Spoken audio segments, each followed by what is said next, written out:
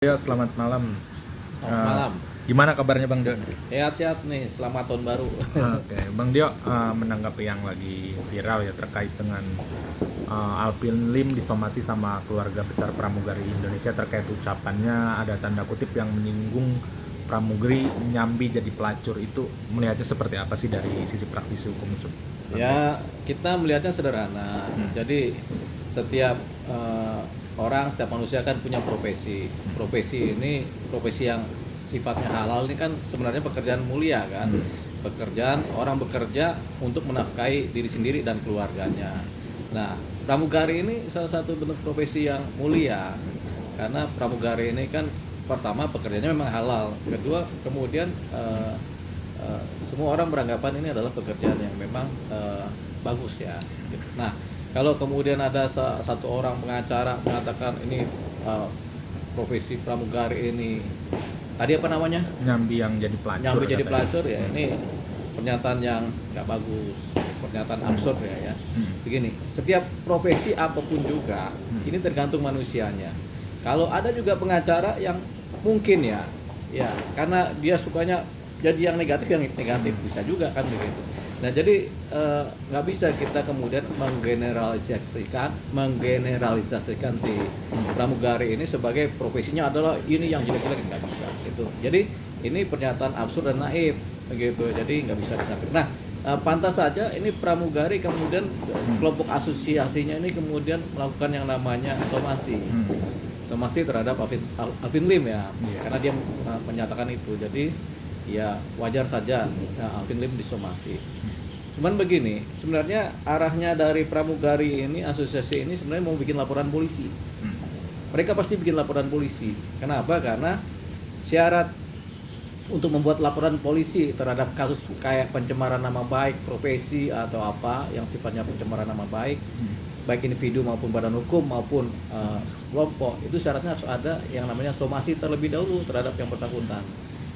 Si pelaku kan, yang diduga pelaku. Jadi kalau kemudian sudah ada somasi, tanggapannya tidak ada tanggapan atau malah negatif, nah barulah kemudian somasi ini menjadi legal untuk dijadikan laporan polisi. Jadi syarat di Undang-Undang Cyber itu atau syarat dari prosedur membuat laporan polisi itu harus ada somasi dulu. Jadi kelompok pramugari itu benar melakukan somasi.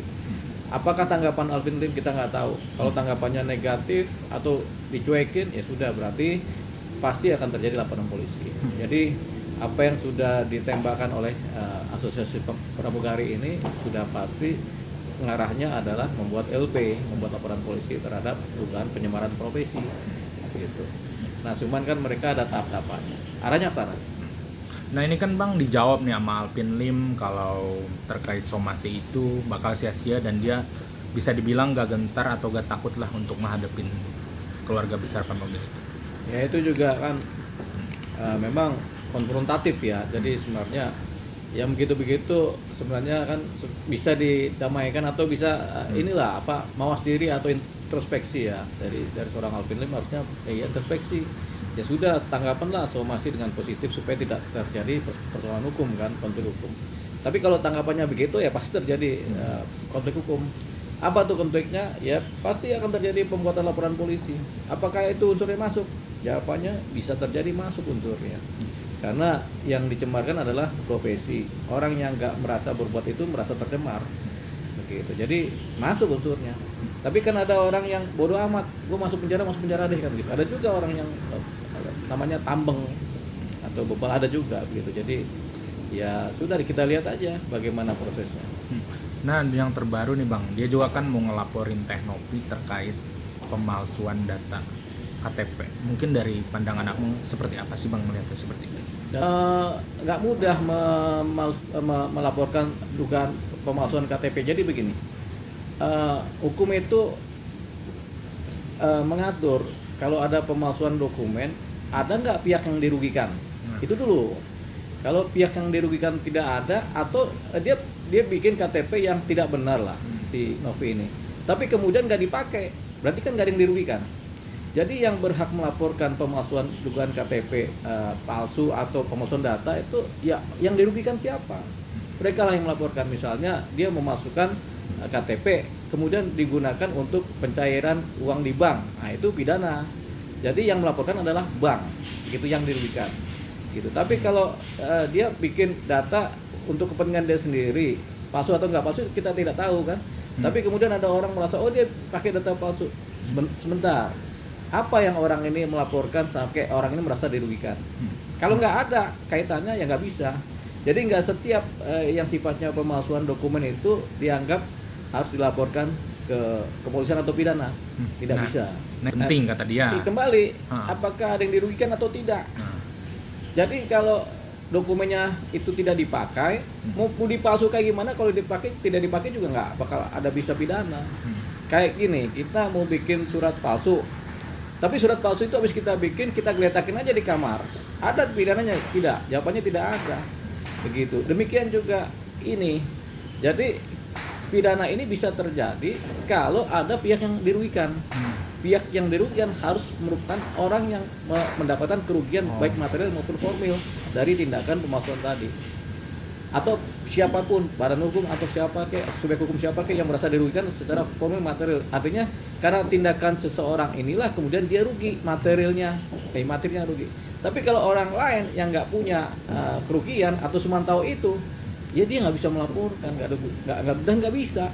Berarti bisa dibilang garis besarnya nih, kalaupun ngelaporin bakal sia-sia gak ada delik aduannya ya Bang?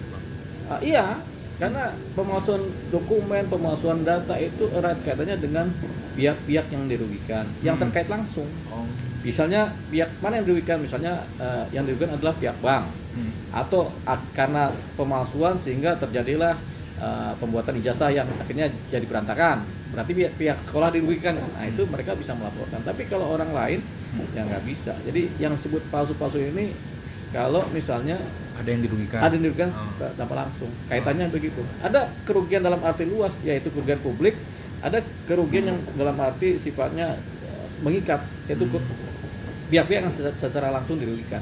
Dalam kasus ini tentunya pihak yang langsung dirugikan adalah kita belum dapat gitu. Kalau kasusnya si Novi kemudian merubah tanggal lahir, kita belum dapat siapa yang dirugikan. Agus minta donasi lagi untuk pengobatan lah. Nah itu kan kaitannya dengan kredibilitas Agus sendiri. Dia kemudian bisa dipercaya atau tidak oleh masyarakat. Kalau sekarang kan tampaknya kan masyarakat kemudian merasa ngambang, mempercaya atau tidak akhirnya kan ragu-ragu. Kalau ragu-ragu ya dia teriak-teriak minta donasi lagi juga gak akan ada yang merespon lagi. Jadi sebaiknya Agus ini kalau minta donasi minta aja ke Menteri Sosial. Kalau ada jatah buat uang-uang sosial ya buat pengobatan segala macam, minta aja ke sana mending daripada minta ke masyarakat. Kenapa? Karena masyarakat kemudian sudah apatis, sudah nggak percaya dengan apa yang terjadi. Terkait Agus ya. Terkait polemik sudah semakin panjang ya Bang. Agus kalau kemudian masih kurang uang juga buat berobat ya minta tolong negara aja, apa BPJS apa Menteri Sosial dimintain tolong untuk membantu dia. Tapi kalau minta bantuan ke masyarakat karena sudah ada pro kontra pasti dijamin masyarakat ragu-ragu untuk membantu Agus ya Bang? Iya pasti ragu-ragu, bahkan nggak mau ngebantu, udahlah cuekin aja lah kan begitu. Itu udah pasti pikiran publik seperti itu. Ya kalau masih Novi membuka diri ya Agus datang ke Novi begitu kan, uangnya masih ada di Novi sampai sekarang ya datang aja si Agus ke Novi baik-baik. Bicara sama Novi, Novi saya minta maaf dah, saya mau tutup semua persoalan nih, saya tinggal persoalan kesehatan saya. Kalau Novinya masih terbuka, ya datang aja ke Novi. Nah, Novinya sendiri sih Bang, kabar terbaru dia sudah menonaktifkan diri dari yayasan ya untuk menyelesaikan masalah pribadi termasuk dengan Alvin Lim sendiri gitu. Agar yayasan ini gak dibawa-bawa lagi gitu Bang. Ya berarti kan uangnya kan ada di yayasan kan. Berarti kalau gitu Novi narik diri dari yayasan kan, berarti kan tinggal kepada pengurus yayasan yang sekarang yang ada di punya Novi ini seperti apa. Terus siapa yang akan kemudian menjadi subjek hukumnya? Nah itu subjek hukumnya dari Mas Gary dari ADS itu. Berarti ketua yayasannya Gary. PLT yayasan sekarang. PLT. Ya sudah, berarti kan Agus datang ke Gary begitu. Dengan percakapan viral yang saat ini ramai di media sosial ya, percakapan Densu dan Parhat gitu Bang.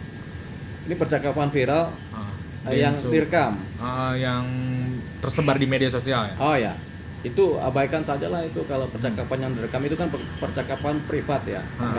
Bisa juga kita kemudian menganalisa percakapan privat yang memang itu dilarang untuk dibicarakan sebenarnya karena sifatnya privat kan. Jadi tinggal kita tanya siapa sih yang menyebarkan percakapan ini kan namanya komunikasi dua orang antara pribadi kan sifatnya kan privat. Jadi kita nggak bisa kemudian ikut juga menyebarluaskan atau ikut juga menceritakan atau menganalisa atau kita kemudian melihat-lihat ini sebagai suatu yang harus dianalisa, dibahas itu nggak bisa. Karena ini sifatnya masih pribadi. Ya memang setiap percakapan pribadi kan tidak boleh tersebar. Kalaupun tersebar kita nggak akan ikut menyebarkan karena ini sifatnya masih pribadi. Berarti yang disebarkan ini kena delik aduan dong, Bang? Iya, tergantung si yang merasa dirugikan siapa nanti. Salah satu yang berbicara tentu kan rugi atau dulunya merasa rugi karena ada sadapan atau apa. Jadi mereka bisa melaporkan ke polisi. Baik pihak si percakap pertama maupun percakap kedua masing-masing bisa melaporkan ke polisi kalau mereka merasa dirugikan. Jadi ini masih wilayah pribadi. Kecuali mereka sudah memberikan izin, oke, silakan dibahas, dianalisa, kemudian diambil kesimpulan bagaimana tentang percakapan kami. Kalau ada persetujuan mereka baru kita bicara. Tapi ini kan tidak. Jadi ini kita abaikan aja kalau ada percakapan seperti itu. Nah, Densu juga kan sudah mengklarifikasi ya, Bang, terkait hal tersebut. Nah, ini masuk kepada material kan. Artinya gimana nih si para dengan Densu, gimana Densu katanya semua mencari info. Itu adalah material dari isi percakapan sebenarnya. Jadi sebenarnya Densu juga nggak perlu kemudian mengklarifikasi. Itu percakapan pribadi sebenarnya udah terlarang untuk orang umum membicarakan itu. Tapi jadi, kan dia Bang dihujat gitu, Bang. Makanya dia iya. Biar gak salah kaprah. Berarti kan Densu kan harus kemudian melaporkan siapa yang menyebarkan percakapan dia ini. Jadi jangan klarifikasi tapi langsung aja melaporkan siapa yang menyebarkan percakapan ini. Kalau Densu merasa dirugikan, laporan aja ke polisi. Kalau dari Abang sendiri ada pesan gak sih buat Agus? Buat Agus? Ya, terhadap semua yang telah terjadi, Agus ini kan tahun baru. Tahun baruan dulu dah, Agus dah kan begitu kan. Setelah itu untuk kesehatan ya sudah, kalau masih butuh donasi datang baik-baiklah ke tempat yayasannya Novi. Kan Novi sudah nggak menjabat di sana, tinggal Gary yang menjabat di sana kan. Datanglah ke Gary minta maaf segala macam ke yayasan. Karena apa? Karena uang yang masuk ke yayasan itu sebenarnya ada nama Agusnya. Ada cerita tentang Agusnya atau terkait dengan Agus. Jadi dia masih punya kesempatan tuh untuk masuk ke yayasan untuk berkoordinasi, minta maaf segala macam, persoalan selesai secara pribadi, kemudian minta bantuan yayasan lagi. Masih bisa itu. Dari Abang ada pesan gak sih buat Farhat dan Densu ini kan? Ya, kalau ada pembicaraan-pembicaraan yang sifatnya komunikasi dua arah para pihak ya, janganlah pembicaraan yang sifatnya santai kemudian sifatnya ini direkam. Memang bisa itu dipakai sebagai barang bukti kan, sebagai bukti kan. Tapi kalau kita mau berhubungan saling percaya, baik Densu maupun Farhat kan hubungan kan saling percaya nanti kan, dua orang ya udah jangan saling merekam lah itu, karena pembicaraan ini kan kadang-kadang hari ini A besok B besok C kan gitu. Jadi tergantung situasional dari pikiran masing-masing kan. Jadi diredam aja lah itu, anggap aja lah itu pembicaraan nggak pernah ada di muka publik. Terakhir mungkin pesan buat Novi seperti apa? Ya, Novi udah nggak usah capek-capek lagi ngurusin yang nggak penting-penting amat buat dia. Dia kan punya privasi sendiri. Jadi sebaiknya Novi sudah aja lepas dari semua persoalan ini. Udah selesai dah, dia udah mulai lagi dengan kehidupan yang barunya dia. Biar beres kan, dia juga kan. Dia kan punya privasi, punya tahun 2025 mau ngapain juga kan, dia punya harapan. Jadi jangan juga kemudian dia pusing dengan urusan yang kadang-kadang buat dirinya sendiri rugi gitu.